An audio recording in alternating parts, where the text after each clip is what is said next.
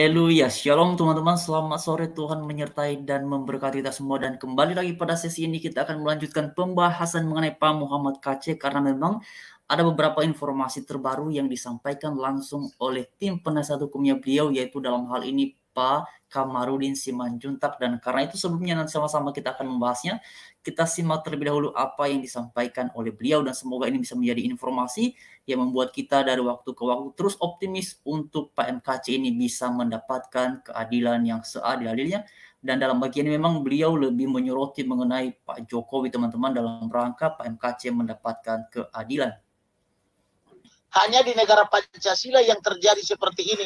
Oleh karena itu saya bersurat kepada Eropa dan Amerika Serikat bahwa hal seperti ini harus ditolak oleh negara-negara beradab. Bahwa Presiden Republik Indonesia pun sudah saya surati, tetapi tidak peduli, tidak mau tahu dengan keadaan ini. Yang dilihat oleh Jokowi sebagai pelanggaran HAM adalah apabila Israel dan Palestina baku hantam, maka Jokowi sibuk mengirim uangnya negara Republik Indonesia membantu Palestina untuk melawan Israel. Itulah yang dilihat sebagai pelanggaran HAM.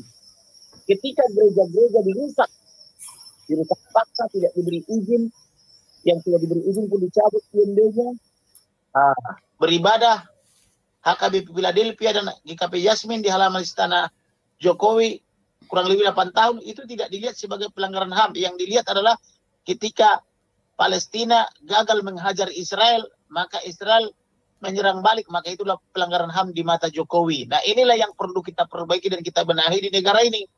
Sementara MKC dipaksa makan feses atau disiksa, dianiaya di Bareskrim Polri. Seharusnya Bareskrim Polri adalah tempat teraman di seluruh tanah air Indonesia, dari Sabang sampai Merauke, dari Pulau Nias sampai Rote. Harusnya Bareskrim Polri yang paling aman.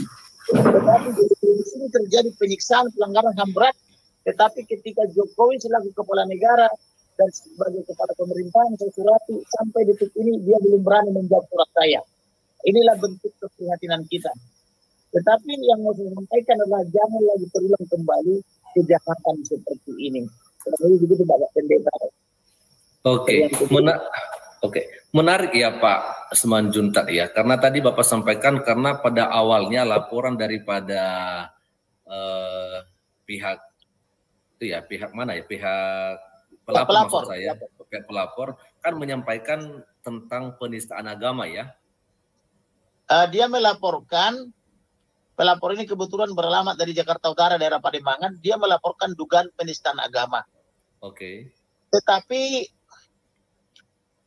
karena penyidik maupun jaksa menilai bahwa tidak mungkin ini diterapkan pasal dugaan penistaan agama, karena yang diucapkan itu adalah kata-kata daripada kitab suci, baik kitab suci umat Islam maupun kitab sucinya umat Kristen, maka jaksa ini mengganti pasal berdasarkan petunjuk P19. Tetapi yang mau saya katakan adalah tidak ada dasar petunjuk P19 mengganti pasal. Nah, itu yang boleh adalah mempertajam baik berupa pertanyaan-pertanyaan maupun petunjuk agar pasal yang disangkakan itu bisa nanti mereka buktikan di pengadilan, karena tugas jaksa lah membuktikan di pengadilan begitu loh. Jadi mengganti pasal itu adalah kejahatan dan pelanggaran HAM, sehingga tidak ada kepastian hukum. Nah, itu dia teman-teman ya. Ini memang benar sekali, ternyata kita juga baru mengetahui informasi lebih detail ya mengenai hal ini. Ternyata pasalnya itu diganti teman-teman ya. Nah, inilah yang menarik ya. Kenapa juga pasalnya itu diganti? Ada apa? Ada pertimbangan apa? Ya, sehingga kemudian seperti yang sudah disampaikan tadi teman-teman. Dan memang karena itu teman-teman, saya sangat tertarik tadi mengenai penjelasan dari Pak Kamarudin mengenai beliau bersurat kepada Pak Jokowi yang sampai sekarang ya belum juga direspon. Nah, teman-teman, memang ini sangat disayangkan sekali ya.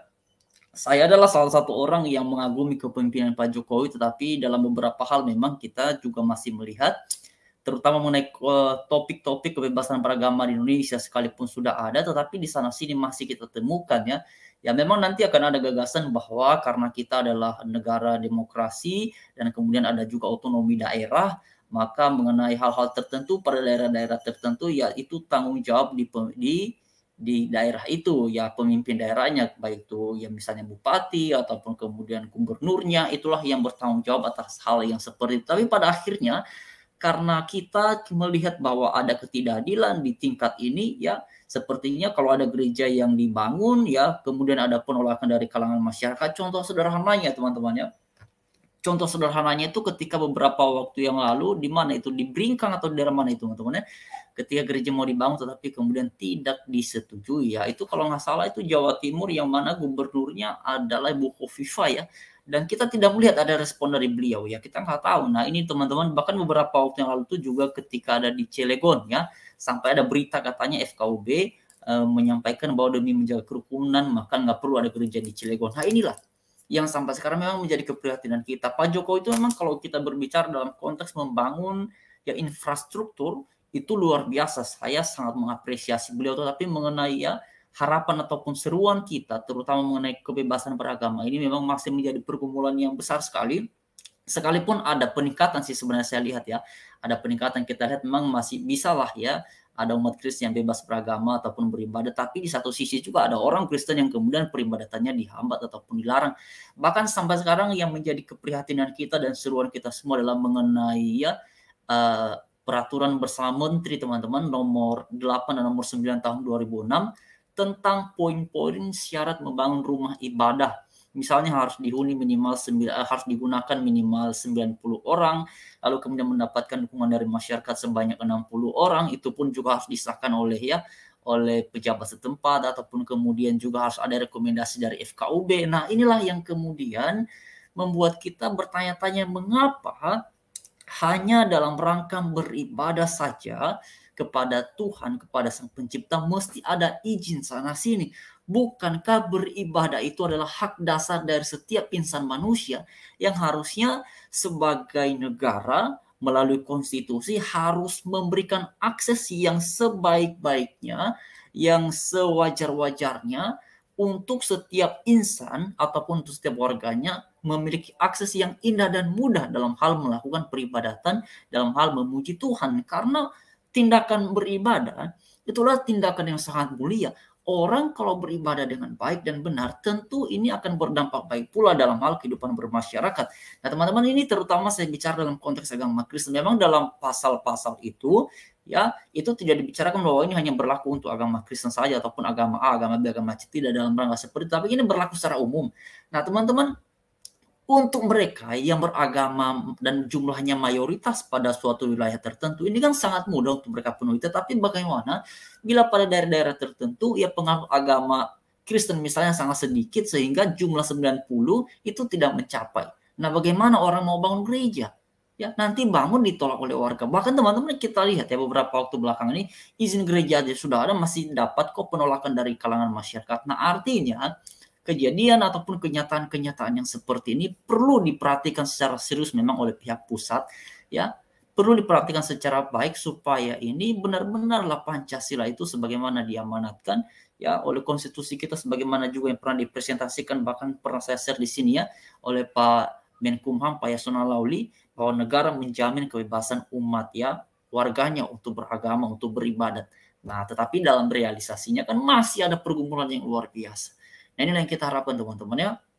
Tadi beliau juga berbicara mengenai sikap Pak Jokowi tentang Israel Palestina. Saya pikir sudahlah, saya juga kurang tahu mengenai dinamika yang seperti itu, tapi kita fokus pada Muhammad KC ataupun mengenai seruan kebebasan beragama ini, itu poin paling penting.